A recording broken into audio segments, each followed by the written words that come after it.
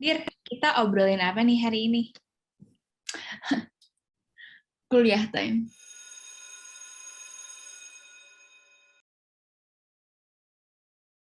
Halo semua, welcome back to Pada Ngobrol. I'm your host Indira. And I'm your co-host Ica, and today's episode we are starting off Pada Pemuda's new series, Perjalanan Pemuda Persiapan Kuliah. Yay! Pertanyaan. Okay, so in this episode, we are going to be talking about youth-led organization, the experience, the efforts, and of course the impact of it all, dan juga how it's going to help us to our journey in college. Gitu. Jadi satu paket, kayak meal McD. Iya, jadi kayak udah per paket gitu ya. Iya, bener banget. Nah, Bener banget. guys, hari ini nggak cuman sendirian bakal ngomongin tentang persiapan juga buat kuliah, kita juga mau ngomongin tentang organisasi, dan kita ditemenin sama Nan atau kamu Tia Nandita. Halo. Hi guys, aku mungkin introduce myself ya. My name is Nitya Nandita. I usually go by Nan aja. I'm currently udah senior year ya di high school, jadi tahun depan kuliah, nervous banget. Aku itu adalah salah satu foundernya Discussion of Hours. Nice. Jadi Nan itu kakaknya kita, gitu ya. Jadi kakak ya, kakak. Ya, kakak gitu kan ya. Walaupun setahun sih kakak gitu.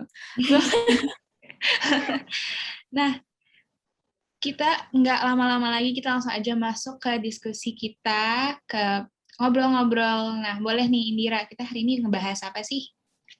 Oke, jadi kita ada 3 segmen, tapi of course we'll start from segment 1. Jadi segment 1 itu we're just getting to know organizations, what it is, and discussion of ours itu apa.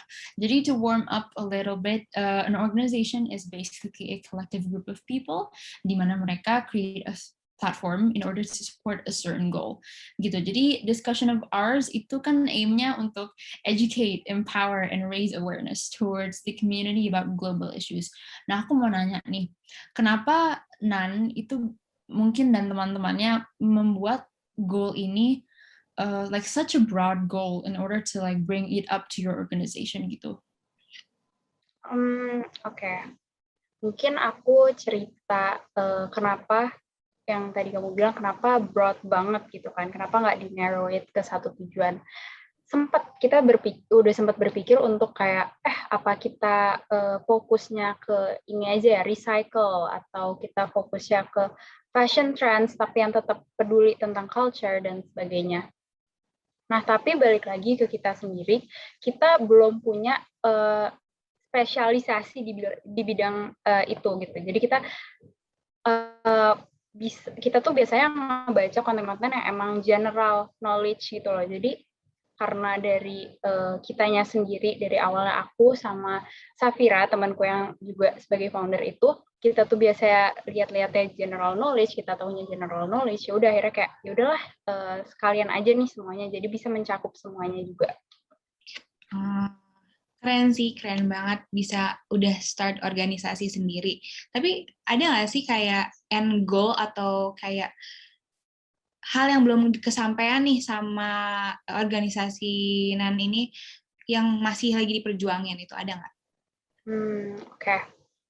End goal ya. Ngomongin tentang end goal itu nggak bakal ada karena selalu endless ya. Kita kayak, udah tercapai goal yang ini, pasti ada lagi ke depannya. Jadi kalau end goal sendiri belum ada yang kayak pas banget apa itu.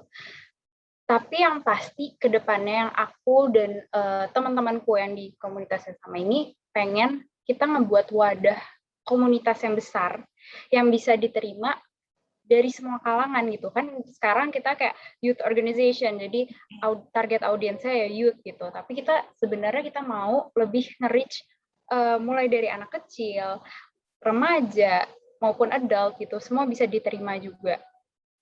Dan apa sih gimana caranya ya? Pastinya nge-expand nggak cuma dari Instagram doang dong, kayak maju ke platform-platform lain like TikTok, Twitter, ya kan, banyak banget sekarang platform lainnya juga. Jadi kayak gitu sih, karena di OU ini kan apa ya, youth organization, jadi kita tuh pengen turut berpartisipasi, di mana kita pengen ikut membangun generasi muda yang berwawasan luas.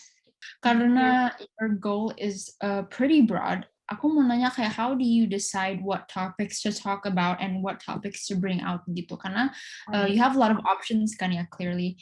Nah, terus gimana ya? How do you think this certain topic that you chose for this post itu suitable for your audience gitu? Okay. This is very interesting question karena content writersku itu punya kebebasan untuk memilih topik apa sih yang pengen mereka bring up, topik apa yang pengen mereka tulis, itu mereka punya kebebasan untuk itu. Nah, tapi ada beberapa saat gitu yang mereka nge-bring up satu topik yang menurutku itu nggak cocok buat di discussion of ours gitu. Contohnya apa? Kayak topik-topik sensitif. Aku nggak bakal bilang apa aja topiknya ya, tapi kan ada beberapa topik yang kalau menurutku di Indonesia ini agak rawan dibicarain gitu loh. Nah, kita di sini posisinya di OU sini tuh pengen netral aja, kita nggak mihak mana-mana, kita nggak pihak si B atau C atau A gitu, kita netral, nggak pro nggak kontra juga. Jadi menurutku limitnya adalah jangan sampai orang-orang tuh ngepandang kita ini tuh terlalu condong banget sih ke sini atau terlalu condong banget sih ke sini. Itu sih. I hope that answers your question ya. Ya, berarti benar-benar emang pingin aja menambah wawasan-wawasan para pemuda-pemuda yang nggak bias ke satu sisi atau apapun. Tapi ini aku nggak tahu cuman aku doang atau yang lain juga ngerasain, tapi mungkin karena di SMA semua orang tuh lagi ngambis banget, semua tuh kayak oke, kita buat organisasi. Ya kan kayak banyak banget sekarang. Apalah project, event, terus yang aku kayak overwhelmed sendiri sama banyak banget orang yang bikin, terutama mungkin SMA masa-masanya mau ke uni, ngumpulin tuh sebanyak-banyaknya buat CV. Nah, tapi menurut Nan, itu kayak organisasi itu apa sih yang kayak beneficial banget buat diri kita sendiri, buat nanti kita di masa depan? Mungkin buat next step, misalnya karena kita masih SMA, jadi next step-nya kuliah gitu, apa sih ya pengaruhnya? Jadi gini, kalau misalnya aku mungkin sedikit lebih tegasin di sini, kalau pengaruh buat masuk kuliah itu sendiri, aku belum bisa bilang ya, karena aku sendiri belum masuk kuliahnya. Jadi kalau buat masuk kuliah, aku belum tahu, tapi mungkin ada di luar sana. Jadi kalau kalian nge-post ini di Instagram atau YouTube, tolong komen yang tahu apa itu. Tapi yang lebih tekanin di sini adalah pengalaman di universitas itu, atau pengalaman di kuliahnya. Jadi di universitas, di kuliah, apalagi di Indonesia PTN gitu kan, itu pasti ada organisasi, banyak banget tuh, mulai dari organisasi fakultas, jurusan, dan lain sebagainya. Tapi kita ambil yang paling kita tahu deh, apa, BEM gitu kan misalnya. Nah, jadi menurutku, apa sih hubungannya dengan kita punya youth organization atau kita ikut youth organization itu? Ini tuh menjadi basic kita, foundation kita, fondasi, basic ataupun portofolio kita buat berorganisasi ke depannya. Kita kan nggak pernah tahu, kayak siapa tahu gitu pas di kuliah kita juga sambil magang atau sambil organisasi sana sini. Kan alangkah lebih baik kalau kita sendiri punya pengalaman, ya kan? Kita paling nggak udah tahu lah 1-2 hal tentang organisasi, apa yang harus dilakuin dan apa yang nggak harus dilakuin di organisasi, gimana etikanya, komunikasinya satu sama lain. Jadi menurutku itu sih pengaruh beneficial values-nya dari youth organization. Iya, aku rasa juga kayaknya a lot of teens ngikut organization ini untuk develop skills mereka yang mereka bakal pakai di masa depannya gitu kan ya. Dan nggak juga itu juga bikin mereka more aware of the issues around them, biar nanti juga they can impact the society in some way. And aku juga mau tentang networking, ini kan banyak banget teens yang ikut organisasi alasannya karena mereka mau networking. Karena juga kind of making connections from very early on gitu, it's also very important karena again bakal beneficial banget untuk masa depan kita, biar kita tinggal kayak aku tahu tuh orang dari sini gitu tuh. Itu juga bisa ngebantu banget kan buat kita for a long time. So itu aku juga mau tambahin itu aja sih, karena aku juga speaking from experience ikut organisasi dan bisa develop networking skills aku juga sih gitu. Benar. Mungkin aku like to add something about networking ya di sini. Networking itu penting banget, aku setuju sama kamu. Penting banget, kenapa? Jadi beberapa saat yang lalu tuh aku sempat baca posannya Kamufli. Kamufli itu salah satu founder di GMG atau Global Millennium Group, mungkin kalian tahu ya. Nah, dia tuh nge-post opini mereka tentang orang dalam. Nah, aku kayak, wow, menarik juga gitu kan dari topiknya. Jadi orang dalam itu gak selamanya buruk gitu. Kan orang-orang kayak mikirnya kalau orang dalam, pasti gak bagus tuh, curang tuh, kayak gitu kan. Enggak, sebenarnya enggak. Kenapa enggak? Kita kasih contoh kasus, misalnya lagi open recruitment, kita lagi recruiting, kita lagi nyari orang, udah ternarrow jadi 2 kandidat nih, kandidat A sama B. Yang A ini itu adalah rekomendasi dari tim kita, yang B ini ya bagus, good on papers, punya qualifications yang bagus. Kalau A ini juga tetap punya qualification yang bagus, tapi bedanya ada rekomendasi. Pasti kita milihnya yang A dong, ya kan? Karena kenapa? Pertama, kefamiliaran orang itu. Karena kita udah tahu atau enggak salah satu dari kita tuh udah tahu orangnya kayak gimana, cara kerjanya kayak gimana, cara bertemannya dia kayak gimana. Jadi itu yang menurut aku priceless sih, gitu kan. Daripada kita kerja sama stranger, mendingan yang sama kita kenal dong, ya kan? Itu sih, itu balik lagi nggak cuma networking ya. Jadi networking itu perlu, tapi nggak selamanya kita cuma butuh networking, harus diimbangin, harus equal sama kualifikasi yang kita punya, qualities yang kita punya. Jadi imbang gitu. Ya, bener sih, aku setuju banget sama kalian tentang networking tuh kayak juga buka opportunity, karena aku sendiri masuk ke pada pemuda itu karena kenal sama Yanka, bukan karena jalur oprek atau apa. Jadi kayak emang bener banget itu salah satu peluang. Tapi di situ juga di samping ada pasti walaupun kenal, kalau dia nggak tahu aku punya skills apa juga nggak mungkin bisa masuk. Iya. Dari organisasi ini, gimana ya? How can you further develop these skills untuk nanti di kuliah? Mungkin karena Kak Nan mau kuliah juga, how do you think your experience ngediriin organization nanti bakal bantuin Kanan di kuliah gitu? Terus kayak jurusan apa gitu? Oh, ini kayak sedikit tentang kuliah lah ya. Oke. Planku tentang kuliah ini, to be completely honest ya, aku tuh belum yang settled sama satu jurusan yang aku mau. Jadi masih kayak, apa aku ekonomi aja ya, apa aku psikologi gitu, kayak masih ini itu. Tapi aku yakin semakin dekat ke tes, ujian, pemilihan jurusan, itu aku pasti bakal yakin sama satu jurusan itu. Tapi apapun itu ya, tapi aku yakin bakal ada saatnya yang aku udah yakin banget. Tuh. Lanjut ke skills. Apa sih developing skills yang apa sih yang ini kan yang berpengaruh kan ke masa kuliahku nanti. Banyak banget, karena gini ya, di DOU sendiri itu aku nggak nyangka bakal banyak challenge-nya loh dalam menjalankan satu organisasi ini. Aku kira segampang itu, kayak buat platform Instagram, post gitu. Enggak. Dalam menjalankan satu organisasi ini, pasti ada sekelompok orang, yang tadinya nggak saling kenal, pasti ada yang nggak saling kenal. Dan gimana caranya kita buat mereka ngebond? Nah, itu dia yang susah. Jadi, yang skill yang aku dapat personally, aku sendiri dapat problem solving. Itu problem solving pertama. Kedua, cara aku nge-lead, jadi leadership ya, boleh dibilang leadership lah gitu. Yang ketiga, communication. Karena kalau nggak ada komunikasi, yang namanya miskom itu bisa bisa ribet gitu kan, bisa ribet banget. Jadi komunikasi itu nomor 1 kalau dalam organisasi. Apa yang kalian bisa lakuin, apa yang kalian nggak bisa lakuin, itu harus dibilang duluan.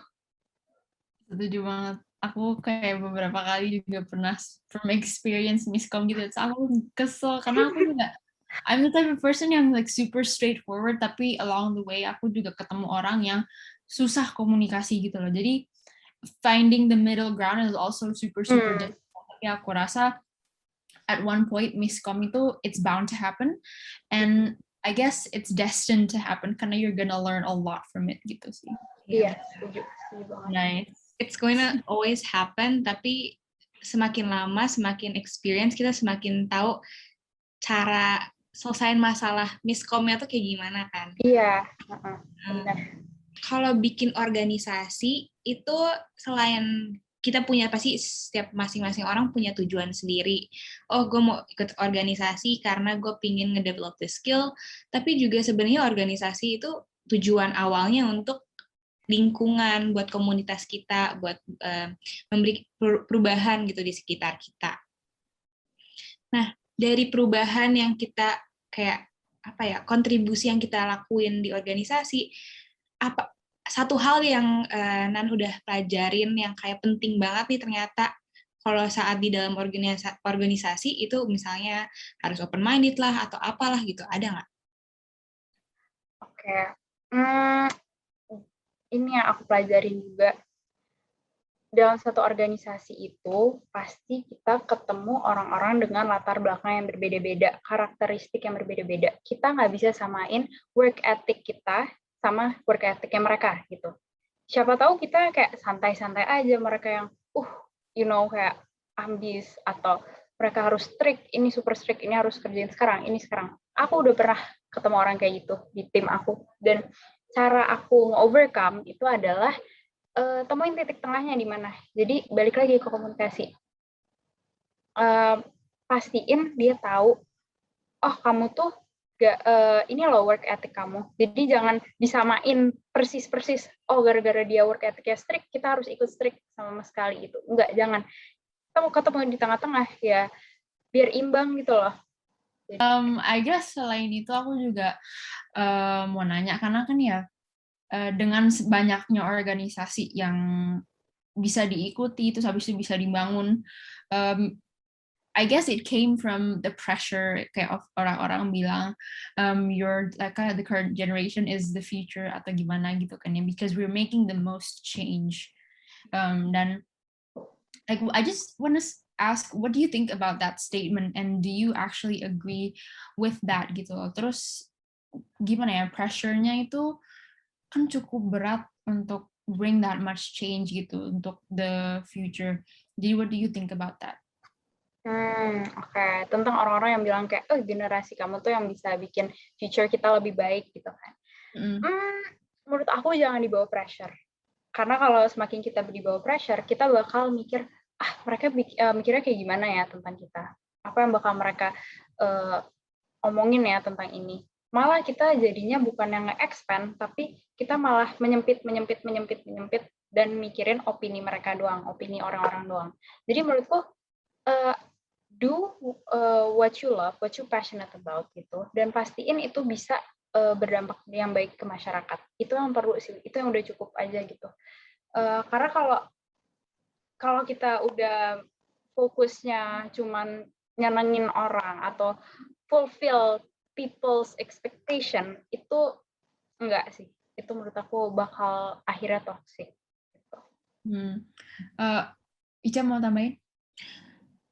Ini mungkin agak beda sih. Misalnya masih ngomongin tentang organisasi yang kayak tadi banyak banget orang yang baru bikin lagi, terus ada ide, aduh gue juga mau ikut deh, tapi apa gue bikin bangun sendiri aja.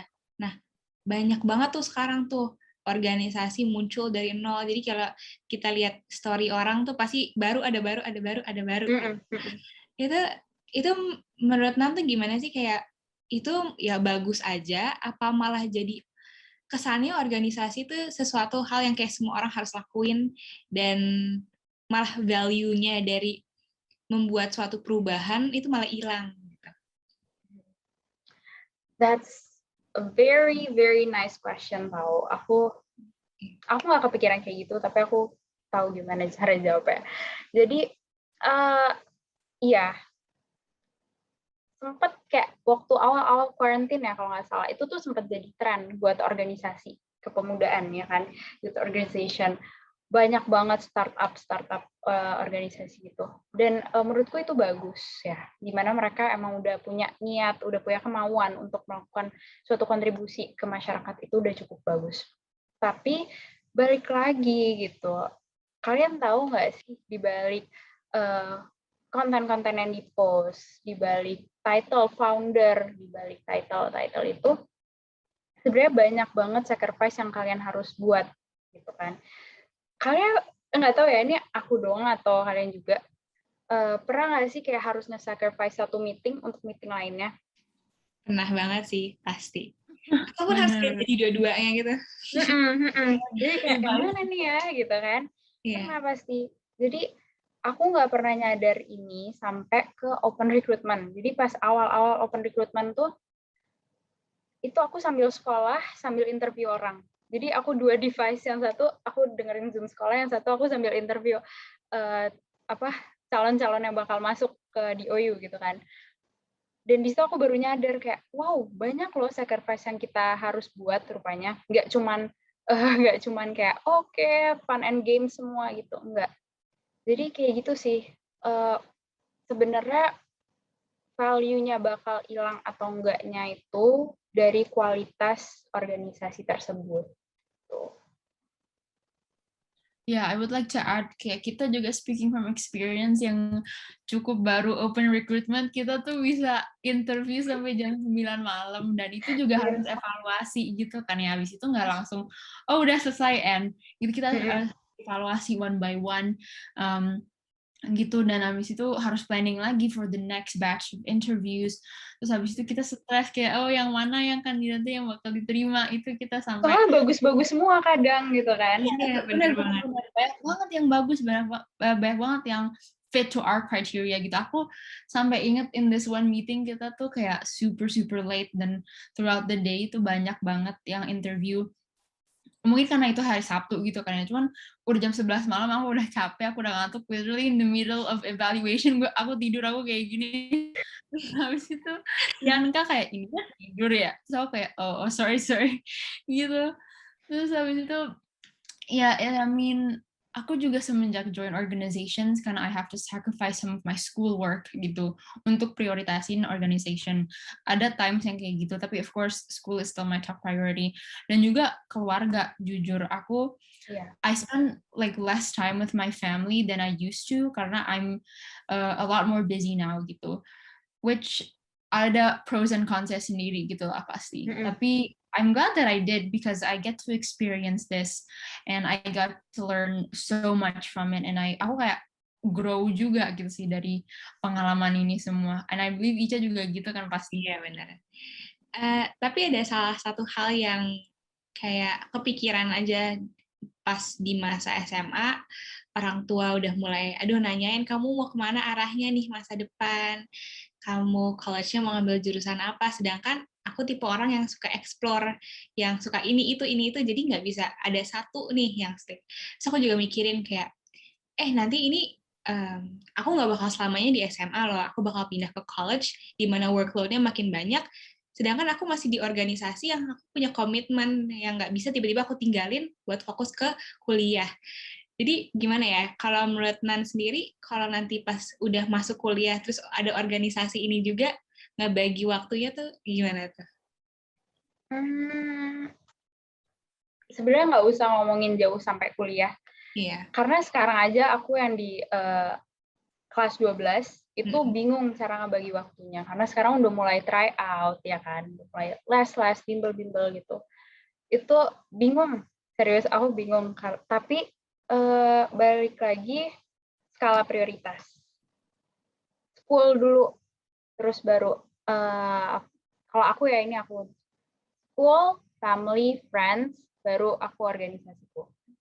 Nah, kalau aku udah nge-checklist, biasanya aku punya study plan atau pokoknya planku di minggu itu aku udah buat sendiri apa yang mau aku lakuin. Kalau misalnya udah aku ngerasa oh udah cukup sih aku nge-spend time with my family, aku udah cukup belajar buat di minggu ini, aku bakal berlanjut ke organisasiku ini. Dan pastinya yang pastinya itu adalah surround yourself with people that supports you. Gitu. Karena kalau tim kamu sendiri kayak kok kamu nggak bisa kasih waktu sih ke organisasi ini gitu kan, kamu founder ya gini-gini, itu malah pressure ke kita. Jadi untungnya I'm so fortunate, I'm blessed with my team karena mereka bisa ngerti juga aku di sini sebagai pelajar kelas 12 yang fokusnya juga kuliah gitu. Fokusnya pengen masuk kuliah. Jadi mereka juga ngerti lah kalau misalnya 1-2 kali nggak ikut gitu nggak apa-apa. Karena kita semua juga punya kehidupan masing-masing gitu kan. Kita punya kewajiban di lain kewajiban organisasi ini. Jadi saling ngerti aja gimana sih kayak gitu. Yeah, that's true. Surrounding yourself with people who gimana ya, yang bisa support you the way you support them is very important gitu. Aku juga, I guess this is the last question karena ini kita Zoom-nya nggak premium jadi takut. Oh no. Nggak apa-apa. Tapi udah cukup kok. Tapi nggak apa. Oke. Atau kan 2 minutes more. Oke, last question. Go on. Nanti kita mau nanya. Relating back to yang how us youths impact the future itu, aku justru mau flip that agak kebalikannya. What do you think of people, I guess mungkin maaf cuman older generation yang gimana ya, mikir kalau misalnya generasi sekarang itu terlalu open minded, terus habis itu ada isu LGBT gitu kan, they're quite gimana ya, they're quite closed about that gitu kan ya, dibanding kita, I guess. How do you find the courage to still stand up for other issues like that yang mungkin in the eyes of others agak kayak nggak perlu, atau kayak itu sebenarnya nggak gini gitu loh. How do you fight those gitu? Okay. Aku I grew up with the family yang kayak I would say I'm blessed again. I'm blessed with my family yang mereka juga kebetulan open minded tentang ini. Mereka yang nge-support aku dari awal. Jadi aku bahkan kadang kayak consult ke ibuku. Aku discuss sama ibuku. Kalau menurut ibu, pandangan ibu kayak gini-gini ini gimana sih? Dan dia tuh kayak ngasih, ini aku ini personal jawabanku. Aku tuh selalu ngeliat kayak perlu mentor. Jadi aku perlu yang ngarahin, kayaknya kamu mendingan jawabnya kayak gini deh. Karena ada yang mungkin against your statement, against your content, gitu pasti ada. Jadi tetap bicarain apa yang kamu mau bicarain, tapi jangan menyinggung, gitu kan, bisa kan? Kita tetap nyampein poin yang kita mau, tapi nggak usah dengan kata-kata yang harsh, nggak usah dengan harus nyindir-nyindir gitu, nggak usah. Ya kita sampein apa yang kita mau sampein aja. Gitu. I guess. I agree, benar. You can word it correctly so that other people juga impactnya positif gitu kan, nggak tersinggung. Gitu. Oke, untuk wrap it up, I guess, do you have any last words for our viewers? Apa ya? Kalau kamu mau mulai, kontribusimu, mulai aja dari apapun itu, sekecil apapun itu. Do whatever you can, start wherever you are, just do it. Karena in the end, itu pasti bakal worth it sih. Kayak ada aja yang kamu dapat di situ. Pengalaman, skills, friends, ya kan? You never know. So, just do it, man. Do it, guys. Do it. Kayak Nike ya. Do it. Iya, kayak Nike ya. Kayak slogannya Nike. Benar. Bisa. Nggak salah dulu. Kan iya, emang bener, do it. Okay. Jadi, with 6 minutes remaining, we are wrapping up episode 4 of Pada Ngobrol and the start to Perjalanan Pemuda Persiapan Kuliah. Thank you so much, Kak Nandita, for joining us today. We had a very fruitful discussion, and hopefully this discussion juga bisa benefit us all. you viewers and us as well. So as always, don't forget to follow @Pada-Pemuda on Instagram to keep up with our content, and also give Kak Nan's page a follow.